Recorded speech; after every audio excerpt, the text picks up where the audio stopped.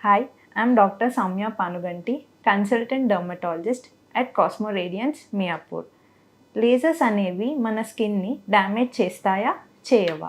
So lasers అనేవి యూజువల్గా 2 types ఉంటాయి, ablative laser and non ablative laser.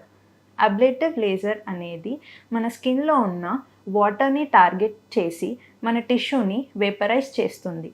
So దానివల్ల స్కిన్లో మైక్రో డ్యామేజ్ అయ్యి మన స్కిన్లో హీలింగ్ ప్రాసెస్ అప్పుడు ఎక్కువ కొల్లాజన్ని ఉత్పత్తి చేస్తుంది.